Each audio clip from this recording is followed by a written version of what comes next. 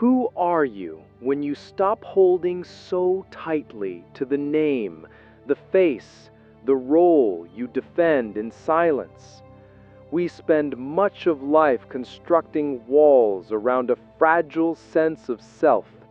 We call these walls identity, yet often they become a prison.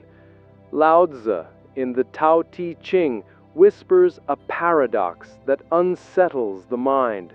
When I let go of what I am, I become what I might be. These words are not a riddle meant for solving, but a mirror meant for gazing. For what is the I we cling to? It is memory, woven with stories told about us and by us. It is repetition, rehearsed daily until we mistake it for permanence. But beneath the practiced script, there lies a silence, vast and unclaimed, in which infinite possibilities wait. Clinging to identity is like clutching at a river with bare hands. The more tightly we hold, the less water remains. Identity leaks through the cracks of our grip, yet still we insist on defending it. We are terrified that without this construct we would vanish. But Lao Tzu suggests the opposite, that in the very surrender of self-image, we awaken into what we have always secretly been. Imagine a tree in autumn, heavy with leaves. If the tree feared emptiness, if it clung to each leaf in desperation, winter would arrive as a torment. But because it lets go, it endures the bareness, and in spring it becomes when it could not have been without surrender, renewed, transformed, alive once more. So too with us. To let go of who we think we are is not to disappear, but to make room for life's seasons to move through us. Transformation requires emptiness. Possibility is born where certainty dissolves. And yet, letting go is not an act of violence against the self. It is a gentle loosening as one releases a bird back to the sky. It is the soft recognition that we are not static forms, but movements in the great dance of becoming. Still, a question lingers. If I am not the one I have always claimed to be, then who remains when the mask falls? Is the one who emerges a stranger, or is it the truer self that has been waiting all along?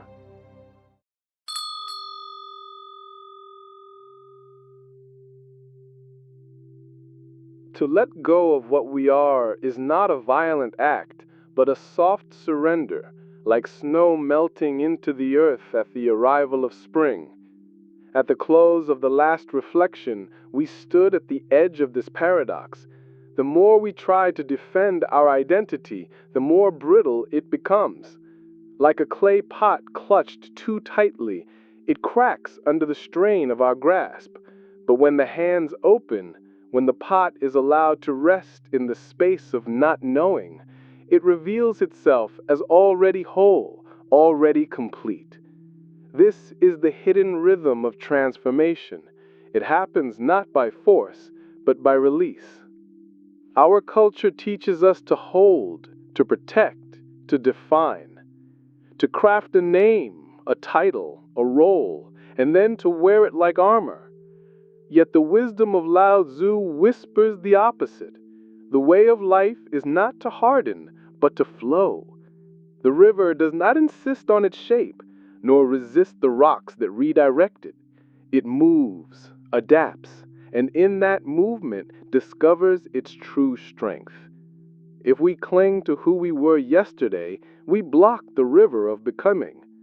We trade the boundless possibility of metamorphosis for the prison of a fixed mask. And yet, there is fear in loosening that grip.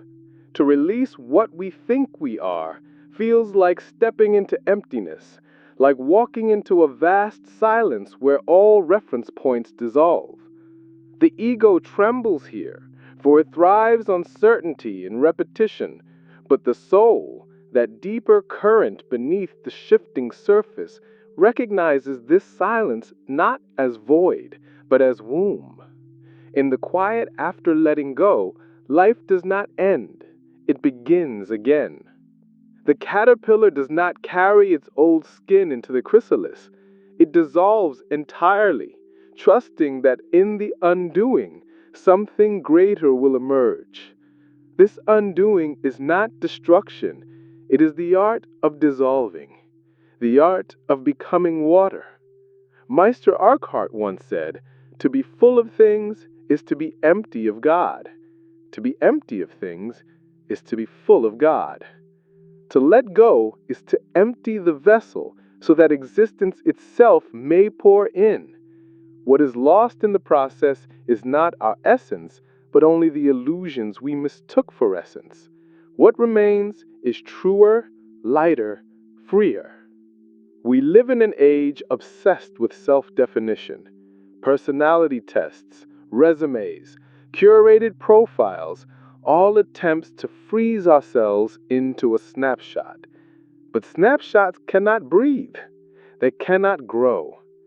A photograph of a tree does not contain the rustling of leaves, nor the silent pulse of roots drinking from the unseen earth. In the same way, the identity we defend cannot contain the living mystery we actually are. Only in loosening that definition, in allowing the photograph to fade, do we rediscover ourselves as the living tree endlessly moving with the wind. To let go is not to erase the past nor to reject what has shaped us. It is to acknowledge that even the most sacred forms are temporary vessels. The cup serves the tea, but when emptied, it is ready again to receive. So too with our being. The roles we have played, the names we have carried, have served their moment. But to cling to them beyond their season is to drink from an empty cup and wonder why we remain thirsty. What then arises when we dare to loosen our grip? Perhaps a new courage, the courage to walk without a map, to live without demanding guarantees. Perhaps a new openness, the willingness to meet each moment without the filter of who we believe we are. In this openness, life does not shrink, it expands. Every sound, every face, every breath becomes more vivid, as though we are seeing it for the first time. And yet a question lingers, like a shadow at the edge of the flame. If we are not what we cling to, then what are we? If every name dissolves, every mask falls away, who remains in the stillness that follows? That is where the journey leads next.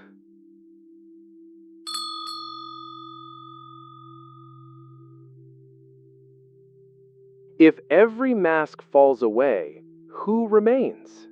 This was the question left suspended in the air, the paradox shimmering at the close of our last reflection. And perhaps the answer is not a word, but a silence. For what remains after every name is released is not a fixed identity, but a living presence, vast and fluid, like the sky that holds every passing cloud without becoming any of them. To let go of what we are is to fall back into that sky.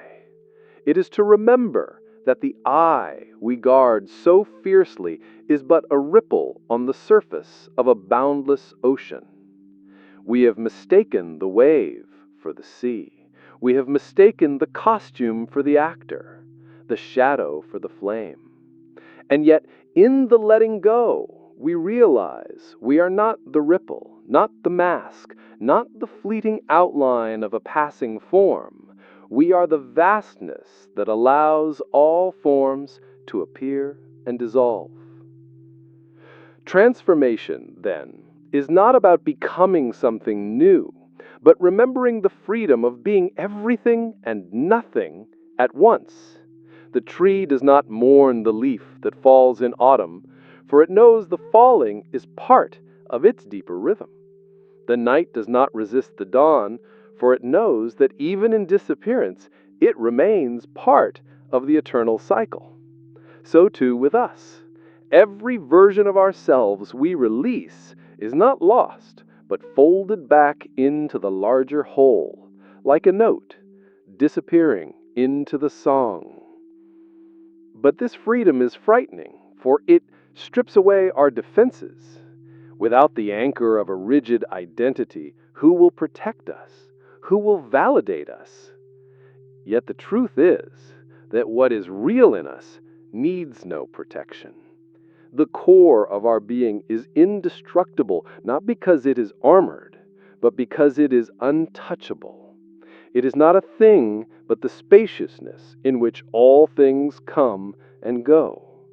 The storm can bend the branches, but it cannot bend the wind. In this spaciousness, life becomes lighter. We no longer need to carry the burden of pretending to be consistent, of defending the fragile walls of a self-image. Instead, we become available to wonder, to change, to love, to grieve, to rise again. In letting go of who we thought we were, we open the door to who we might be. Not a final destination, but an endless unfolding. And perhaps this is the essence of Lao Tzu's wisdom, that letting go is not a loss, but an opening, not an erasure, but a flowering. The caterpillar does not become less by dissolving, it becomes more. And so do we. The old identity must soften, must crack, must dissolve, so that the wings, concealed within, may finally unfurl. What would it mean for you in this very moment to loosen your grip? To release the story you tell yourself about who you must be, and simply stand as you are, unclaimed, unguarded, free. What new possibility might enter if the old walls were allowed to crumble?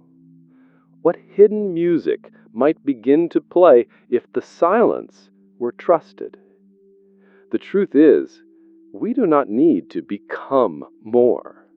We need only to release. And in letting go, we discover that we are already vast, already complete, already enough. If these words have stirred something in you, let them rest. Let them echo. And if you feel called to continue walking this path of reflection with me, consider supporting this journey by liking this video and subscribing to the channel so that together we may keep opening spaces for silence, wonder, and transformation. For in the end, to let go is not to disappear. It is to finally arrive in the freedom of becoming.